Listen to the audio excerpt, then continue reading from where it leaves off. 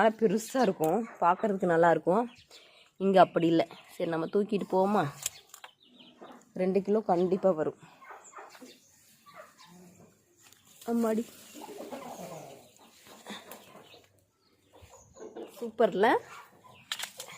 இது வந்து இவ்வளோ தக்காளி இதுதான் ஃபஸ்ட் டைம் பறிக்கிறேன். எந்த ஒரு உரமும் எதுவுமே இல்லாமல் ஃபஸ்ட் டைம் பறித்த தக்காளி. So happy. உங்கள் வீட்லேயும் கொஞ்சம் இடம் கிடச்சாலும் சரி, நீங்கள் இதை மாதிரி ட்ரை பண்ணுங்கள். நிறைய தக்காளியெல்லாம் ஈஸியாக வளர்த்துடலாம். நல்லா ட்ரை பண்ணி பாருங்கள், ஹாப்பியாக இருக்கும்.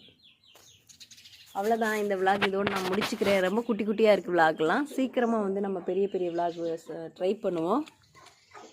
இங்கே பாருங்கள், இதெல்லாம் நிறைய பூ எடுத்துருக்கு. அடுத்த டைம் வந்து கத்திரி வந்து பறிக்கும்போது அறுவடையை நான் உங்கள் கூட ஷேர் பண்ணிக்கிறேன். பாய் பாய் சொல்லி தக்காளி. பாய்.